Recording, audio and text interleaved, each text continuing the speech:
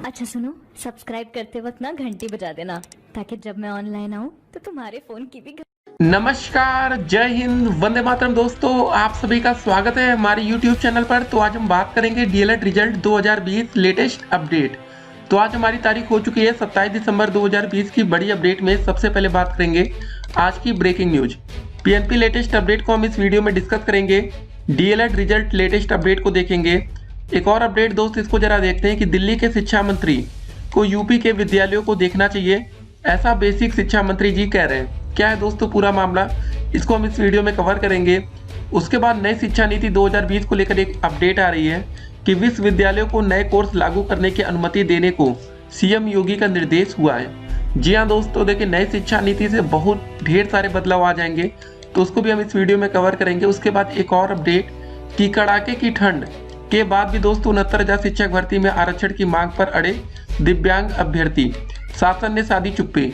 जी हाँ दोस्तों, एक बड़ी अपडेट है ये कि भाई इतनी ठंडी पड़ रही है आजकल, तो सभी बच्चे घर में ही हैं, लेकिन ये बच्चे घर से बाहर हैं, इनको चाहिए अपना आरक्षण। जी हाँ दोस्तों, और आरक्षण की डिमांड में बता दें ओबीसी कैटेगरी के भी छात्र भाई बढ़ चढ़कर प्रदर्शन कर रहे हैं। अगर आप ओबीसी के कैंडिडेट हैं, एससी के कैंडिडेट हैं, तो ये छात्रों का भी आरोप है कि हमें ठीक ढंग से आरक्षण नहीं मिला। 69,000 भर्ती दोस्तों, जिसमें मतलब आपको पता होगा ना अब तक की सबसे बड़ी शिक्षक भर्ती यही थी।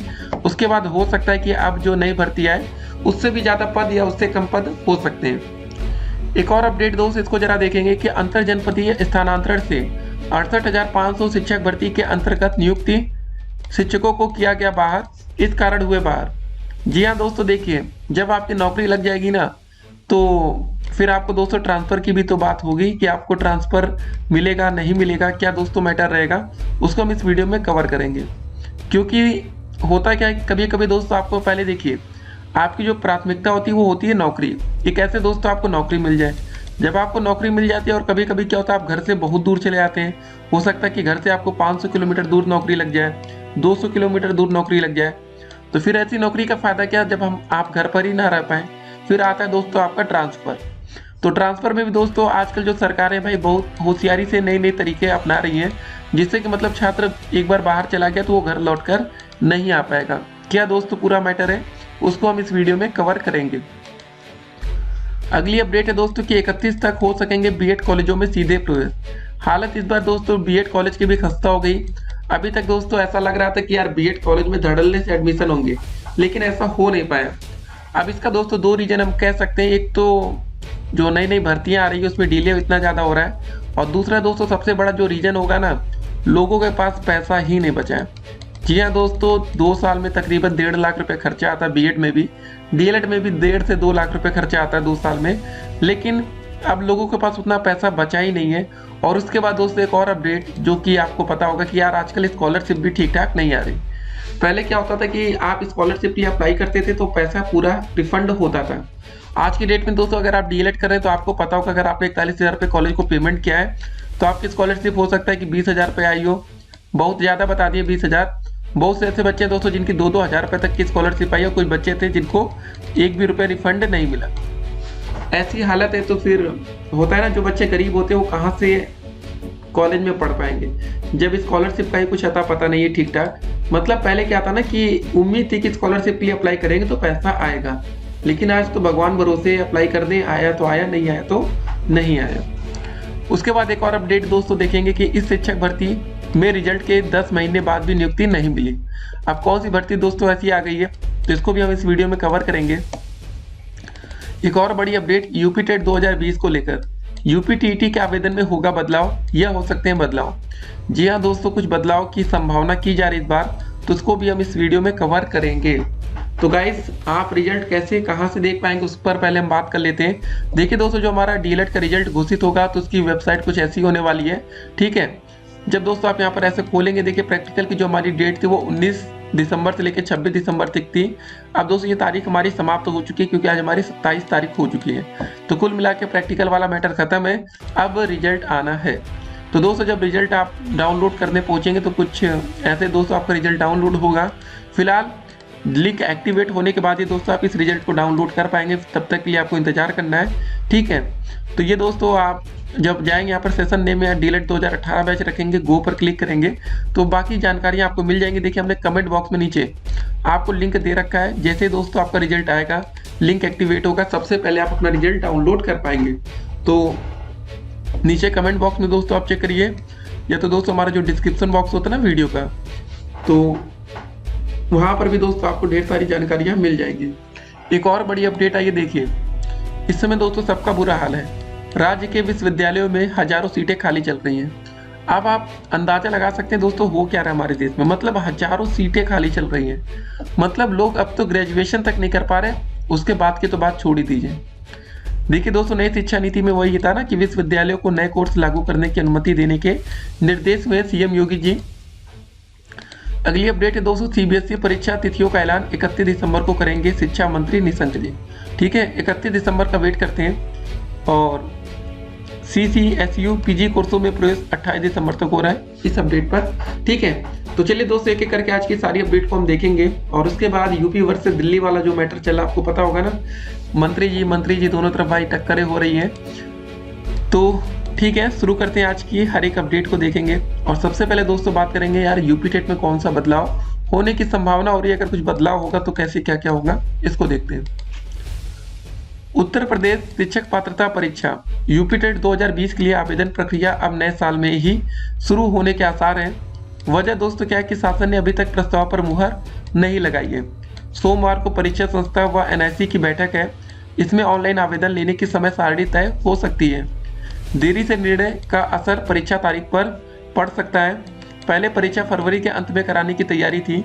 यूपी टेट 2020 कराने पर शासन पहले से ही सहमति दे चुका है। परीक्षा नियामक प्राधिकारी सचिव ने इसका मतलब विस्तृत प्रस्ताव मांगा गया था।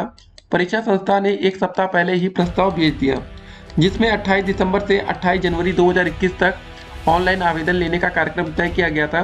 साथ ही दोस्तों परीक्षा की तारीख 28 फरवरी तय हुई थी। शासन ने इसका आदेश अब तक जारी नहीं किया है, बल्कि 28 दिसंबर को बैठक बुलाई गई है। तो इसमें NIC से समय सारणी को लेकर मंथन होगा और उसके बाद ही शासनादेश जारी किया जाएगा। ऐसे में इस परीक्षा के लिए ऑनलाइन आवेदन अब नए साल में ही लिए जाने के संकेत हैं।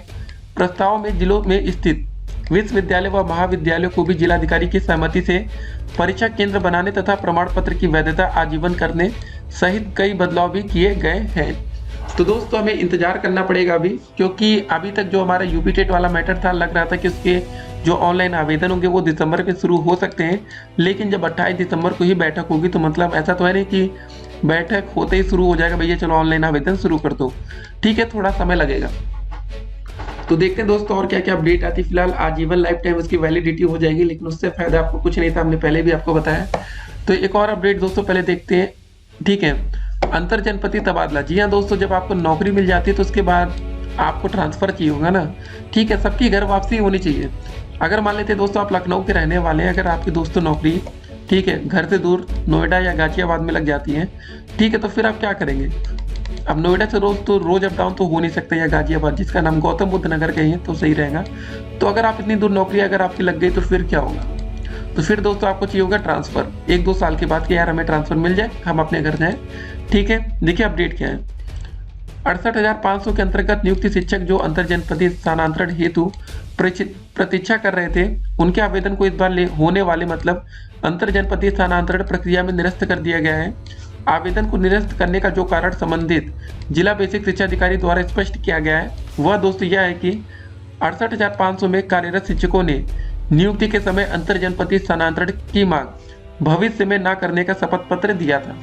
जी हाँ दोस्तों, देखिए ये शपथ पत्र कोई अपने खुशी से नहीं दिया था। उस समय जब भर्ती प्रक्रिया चल रही थी ना, तो एक तरह से दोस्तों सभी से जबरदस्ती का शपथ पत्र मांगा गया था, जिसमें ये कहा गया था कि आप भविष्य में ट्रांसफर की मांग नहीं करेंगे। स्टार्टिंग में क्या होता है ना, आप सोचते हैं यार नौकरी कैसे ना कैसे लग जाए, जहाँ 1 भी रुपये आपकी इनकम नहीं हो रही, वहाँ 40-45 हज़ार रुपये की स्टार्टिंग सैलरी मिलेगी, ये सब बातें होती है। अगली अपडेट दोस्तों देखिए भाई, जो आरक्षण वाला मुद्दा है, देखिए आरक्षण की जो डिमांड है वो बिल्कुल जायज़ है, उसमें किसी भी प्रकार की कोई कोताही नहीं होनी चाहिए, लापरवाही की भाई नहीं होनी चाहिए। क्या अपडेट इसको देखते हैं। 69,000 सहायक अध्यापक भर्ती में आरक्षण के मानकों का पालन नहीं किए जाने के विरोध में दिव्यांग अभ्यर्थियों का धरना 13वें दिन भी शनिवार को जारी रहा। अभ्यर्थियों की मांग है कि सरकार शिक्षक भर्ती में 4% आरक्षण लागू करने के साथ ही पूर्व की भर्ती में बैकलॉग के जरिए खाली पदों को भरे। दिव्यांग अभ्यर्थियों का कहना है कि बेसिक शिक्षा विभाग की ओर से दिव्यांग आरक्षण 2016 का पालन नहीं किया गया है। दिव्यांग अभ्यर्थी 69,000 शिक्षक भर्ती में पिछली भर्तियों की बैकलॉग सीटों को जोड़ने की मांग कर रहे हैं। इन अभ्यर्थियों का कहना है कि भर्ती में दिव्यांगों को 4% आरक्षण दिया जाए। अपनी मांगों को लेकर दिव्यांग अभ्यर्थी कड़ाके की ठंड में 14 दिसंबर से लगातार धरना दे रहे हैं। अभी तक दोस्तों उनसे वार्ता करते कोई अधिकारी नहीं पहुंचा। धरना करने वाले छात्रों के नाम ये है। तो आप दोस्तों अंदाजा लगा सकते हैं कि हो क्या रहा है। और सबसे बड़ी बात है, जो बच्चे धरना कर रहे हैं उसमें हमारे एक मिश्रा जी भी हैं, दूसरे हमारे यादव जी भी हैं, सिंह जी भी हैं, वर्मा जी भी हैं, सिंह भी हैं। ऐसे दोस्तों हर एक कैटेगरी के आपके लोग सामने दिख रहे हैं, ठीक है। लेकिन अभी तक उनसे बात करने कोई नहीं पहुंचा है। अब दोस्तों बात होगी कि 31 तक हो सकेंगे बीएड कॉलेजों में सीधे प्रवेश। अगर आपके घर में भाई बहन कोई भी बीएड करना चाहता है तो बता दीजिएगा कि वो 31 तक ही हो सकेंगे भाई बीएड कॉलेज में डायरेक्ट एडमिशन, ठीक है। अगर कोई चाहता है तो जाकर ले सकता है, लेकिन हाँ उसके लिए आपने एंट्रेंस एग्जाम ये सब दिया होगा तभी हो सकता है, नहीं तो फिर ऐसे तो होगा नहीं। तो अगली अपडेट दोस्तों क्या उसको जरा देखते हैं।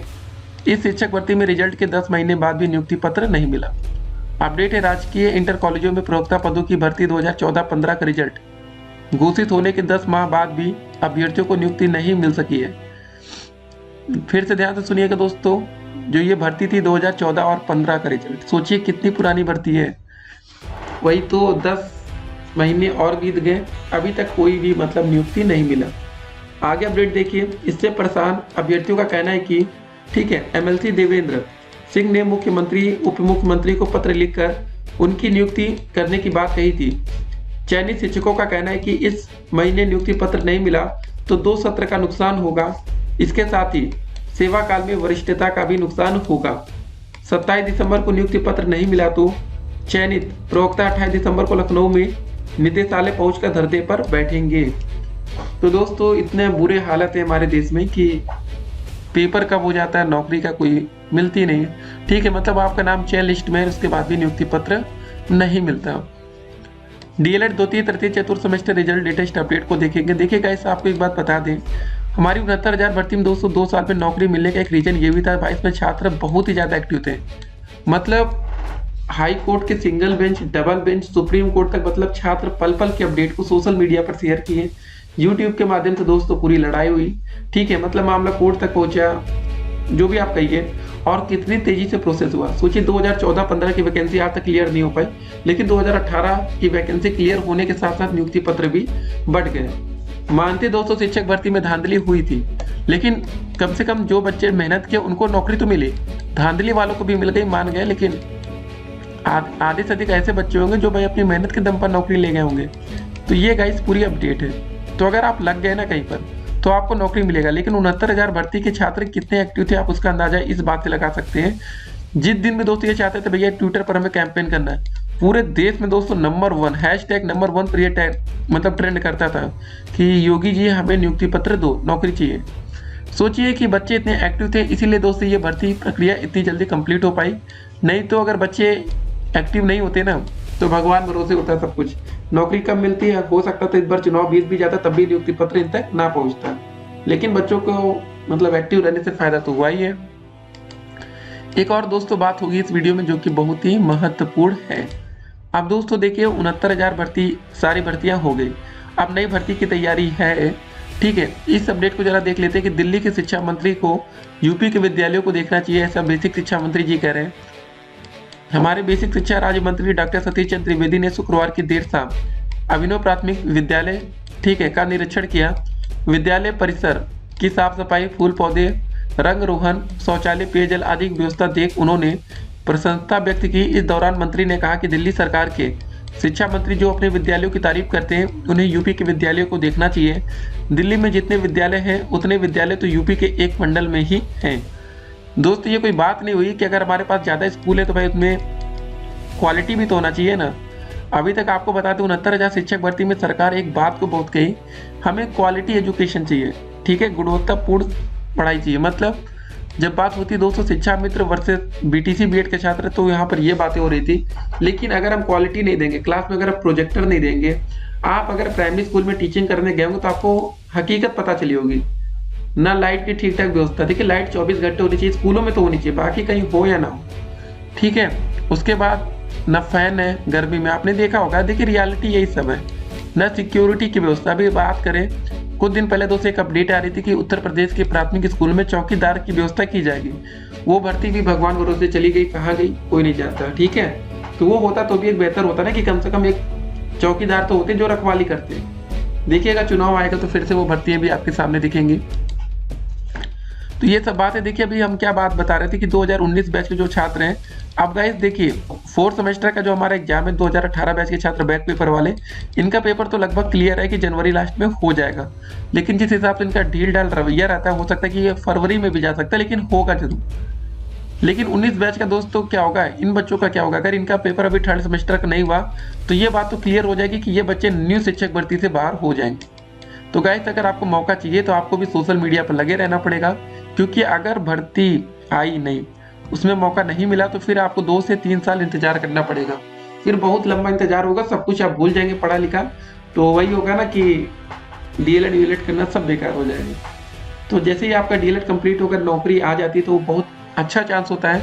जैसे दोस्तों 69,000 भर्ती में आपको बता दें, जब आई थी 69,000 शिक्षक भर्ती, उस समय दोस्तों जितने बच्चे भी बीटीसी, ठीक, उस समय बीटीसी चलता था, डीएलएड नाम नहीं था। 2015 बैच के जितने भी छात्र पास हो गए थे, मतलब सारे सेमेस्टर में कोई बैक वैक नहीं थी। अगर बैक थी तो उनको मौका नहीं मिला, तो बैक वैक नहीं थी तो दोस्तों ये सबसे ज़्यादा बच्चे सिलेक्शन लेकर गए, ठीक है। ओवरऑल दोस्तों बात की जाए तो अच्छी खासी सिलेक्शन हुआ, नियुक्ति पत्र बटा, वो बीटीसी 2015 बैच का था। अगर कोई नई भर्ती इस समय आ जाती तो दोस्तों बता दें आपको, जो डीएलएड का 2018 बैच है उसमें सबसे ज़्यादा नियुक्ति पत्र मतलब इन बच्चों को ही बटेगा। 2017 बैच अब क्या हुआ ना, बच्चे धीरे धीरे भूलना शुरू हो जाते हैं। एक समय तक तो तैयारी आपकी ठीक ठाक रहती है, लेकिन जब गैपिंग आता ना बीच में 1-2 साल का, उस समय दोस्तों आपका मन इधर उधर, कुछ बच्चे भाई नौकरी में लग जाते हैं, कुछ बच्चे बिजनेस देखते हैं, काम धंधे में लग जाते हैं, उससे पढ़ाई आपका नुकसान होता है। तो चलिए मिलते हैं एक और वीडियो में और भी अधिक अपडेट के साथ। तब तक के लिए स्टे कनेक्टेड। बाकी डीएलएड का रिजल्ट देखने के लिए कमेंट बॉक्स में लिंक है, उसको चेक करते रहिए। जैसे आपका लिंक एक्टिवेट होगा आप उसको देख पाएंगे। फिर मिलते हैं, stay connected, have a nice day.